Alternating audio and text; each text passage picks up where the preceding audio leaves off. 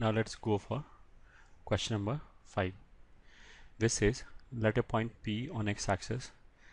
Let from point P on x-axis tangents are drawn to the circle x square plus y square is equals to r square, which intersect y-axis at points A and B.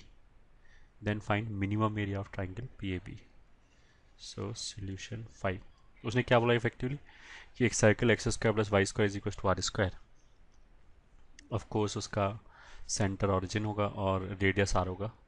ये ठीक है. उस circle के ऊपर हमने tangent खींचा है x axis के ऊपर एक पॉइंट लेके. ये ठीक है. उस पॉइंट का नाम पी बोल दिया.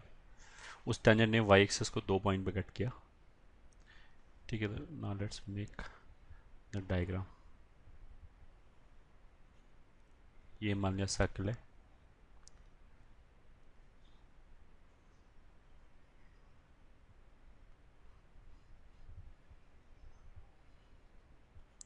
ये ठीक है. ये एक्स एक्सिस है. ठीक है. ये वाई एक्सिस है.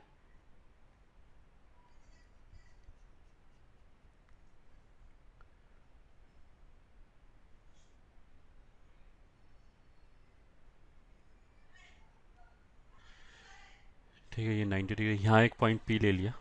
ठीक है. फिर उस पे इस साइकिल पे 2 टैंजेंट खींचा जिसने इसको ए और बी पे कट किया. तो ट्राइंगल पी ए बी का एरिया को मिनिमम करना है. अच्छा. अगर तो मतलब 1 मिनट के लिए अगर हम ऐसे देखें, जैसे हमने एक टेंजेंट ये खींचा. ठीक है. तो कुछ एरिया आएगा. फिर अगर मैं ऐसे टेंजेंट खींचा. ठीक है. सबसे पहली बात तो जो ट्राइंगल पी ए बी है वो पी पी ए ओ, ये जो ट्राइंगल आएगा मतलब ये वाला जो ट्राइंगल आएगा ये ठीक है. इसका डबल एरिया हो जाएगा. जितना ऊपर आएगा सिमेट्री से उतना ही नीचे आएगा. तो ट्वाइस ऑफ पी ए ओ लिख सकते हैं ट्राइंगल को. ठीक है. तो केवल एक्स एक्सिस के ऊपर वाले ट्राइंगल की बात कर सकते हैं. बस लास्ट में उसको डबल कर देंगे. ठीक है. तो अगर मान लिया मैंने पी यहाँ पे लिया P1 या फिर पी यहाँ पे लिया P2, तो P1 से P2 तक जाने में क्या हो गया कि जो ये वाला चीज़ है वो तो बढ़ गया. ये ठीक है. बट जो बेस है इधर जो है जो वाई एक्सिस वाला अगर हम बेस बोलें या अगर राइट एंगल ट्राइंगल में परपेंडिकुलर बोलें तो वो घट गया. ठीक है. तो डायरेक्टली कुछ नहीं बोल सकते कि एरिया बढ़ेगा या घटेगा. इसलिए हमें हेल्प लेना पड़ेगा किसका, डिफ्रेंशिएशन का. ठीक है. या फिर हमें फंक्शन बनाना पड़ेगा. तो इसमें वेरिएबल क्या चूज़ कर सकते हैं. जो ओ पी है ये ठीक है. इसको भी वेरिएबल चूज़ कर सकते हैं. ठीक है. और वेरिएबल चूज़ करना चाहें तो ठीक है. Just a minute, let me clean it up.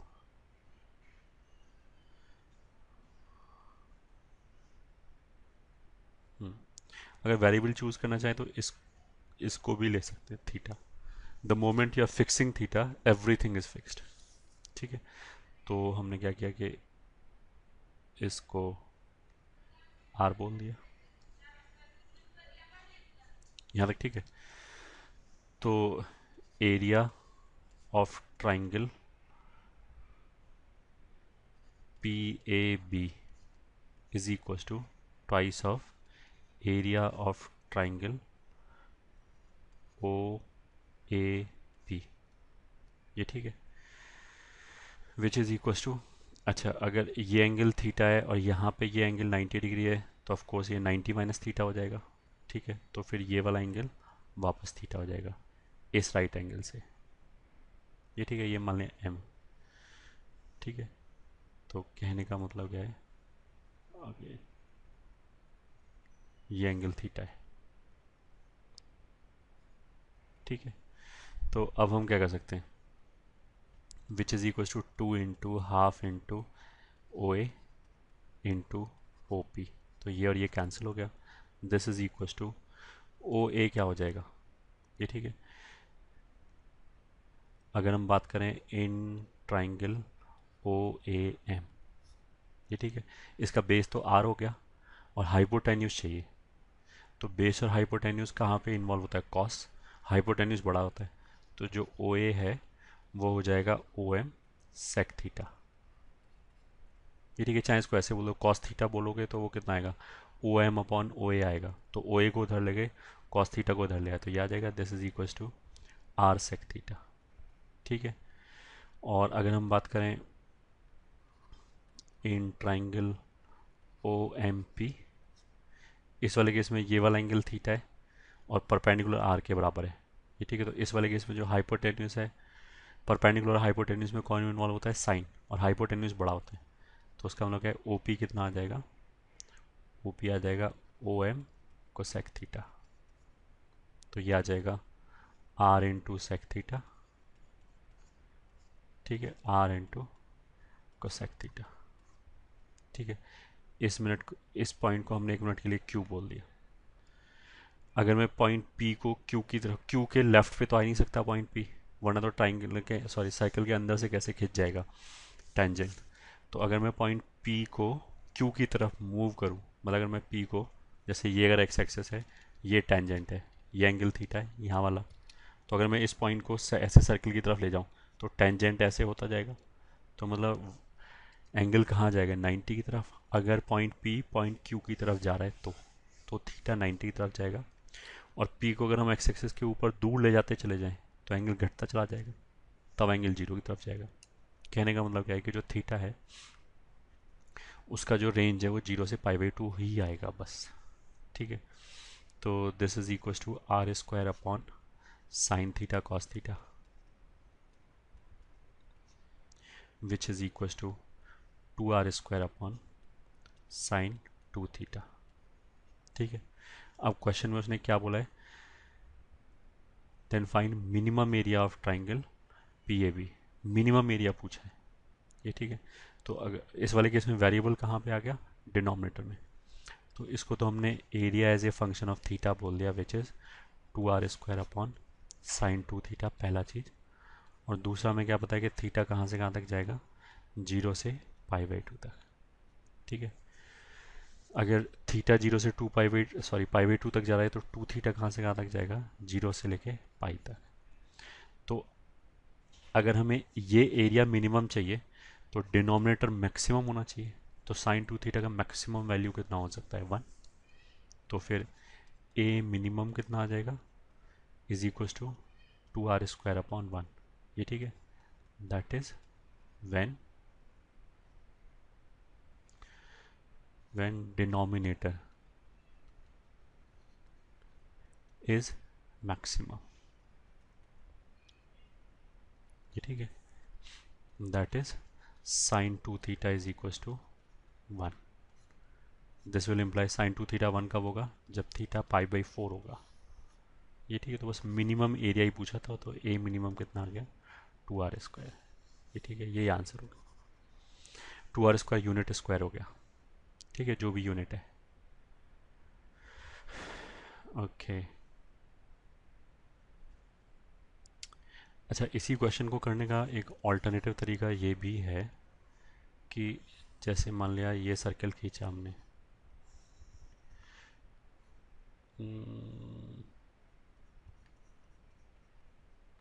ठीक है, ये O है, ये A है, ये P है, तो ऐसे नीचे आ जाएगा। ये ठीक है, वो तो हम डबल कर देंगे, तो नीचे वाले को तो हमने देखा ही नहीं। यहाँ से हमने परपेंडिकुलर ड्रॉप किया तो ये R हो गया, ठीक है। और इसको हमने थीटा बोला है, तो अगर ये थीटा है तो ये भी थीटा है, ठीक है।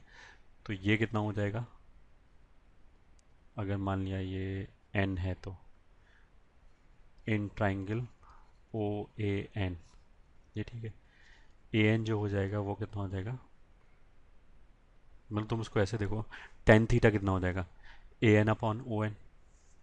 सही है। तो ओ एन को उधर ले गए, तो ओ एन कितना है, आर। तो ये हो जाएगा r tan theta, A N जो है। अब in triangle O P N, ये ठीक है, इधर वाला जो ट्राइंगल है, उस वाले केस में परपेंडिकुलर आर हो गया और बेस एन पी हो गया। तो N P is equal to कितना हो जाएगा, ओ एन कॉट थीटा या फिर आर कॉट थीटा। ये ठीक है। तो दिस इम्प्लाइज ए पी कितना हो जाएगा, A P will be A N plus N P, which is equal to r tan theta plus r cot theta. ठीक है। थीटा का रेंज तो अभी भी उतना ही रहेगा, 0 से π/2। तो इसका जो एरिया है वो ऐसे भी ले सकते हैं कि हमने इसको तो परपेंडिकुलर बोल दिया और ये जो है इसको बेस बोल दिया तो भी एरिया लिखा जाएगा। तो फिर हम ऐसे ही बोल सकते हैं area as a function of theta is equal to twice of area of triangle O A P. ये ठीक है, मतलब ये जो हमने ये जो ट्राइंगल बनाया इसका डबल एरिया चाहिए एक्चुअल में, तो हमें which is equal to 2 × 1/2 into perpendicular r. ये ठीक है, परपेंडिकुलर मतलब ये हो गया ओ एन परपेंडिकुलर हो गया, बेस ए पी हो गया, ये बेस हो गया। तो r into r tan theta plus r cot theta, ये हो गया। तो 2 और 2 cancel, this is equal to r square tan theta plus cot theta. ये ठीक है, ये हमें बताया कि थीटा 0 से π/2 के बीच में, तो tan theta cot theta positive होगा। तो जैसे ही हमें ऐसी चीज़ दिखाई दी ना, टेन थीटा और कॉट थीटा तो उसी का रेसिप्रोकल हो गया। तो अगर हमें x+1/x जैसी चीज़ दिखाई दी तो हम ए एम जी एम लगा सकते हैं। या फिर यहाँ तो एग्जैक्ट रेसिप्रोकल है, मतलब अगर ये x है तो ये 1/x है। तो हमें x+1/x के बारे में तो ये भी पता है कि उसका मिनिमम वैल्यू 2 होता है अगर पॉजिटिव है तो। ठीक है, अगर मान लें यहाँ पे तो x+1/x वाली चीज़ चल जाएगी क्योंकि ये एग्जैक्टली एक दूसरे का रेसिप्रोकल है। बट अगर बाई चांस ये दूसरे वाला कॉट थीटा की बजाय 2 कॉट थीटा आता तो x+1/x डायरेक्टली तो नहीं चल पाता, बट फिर भी ए एम जी एम चल जाएगा। ठीक है, ए एम जी एम यहाँ पे भी चल जाएगा। तो this is greater than equal to, अगर हमने ए एम जी एम लगाया 2r², ये ठीक है, बस इंटू 1।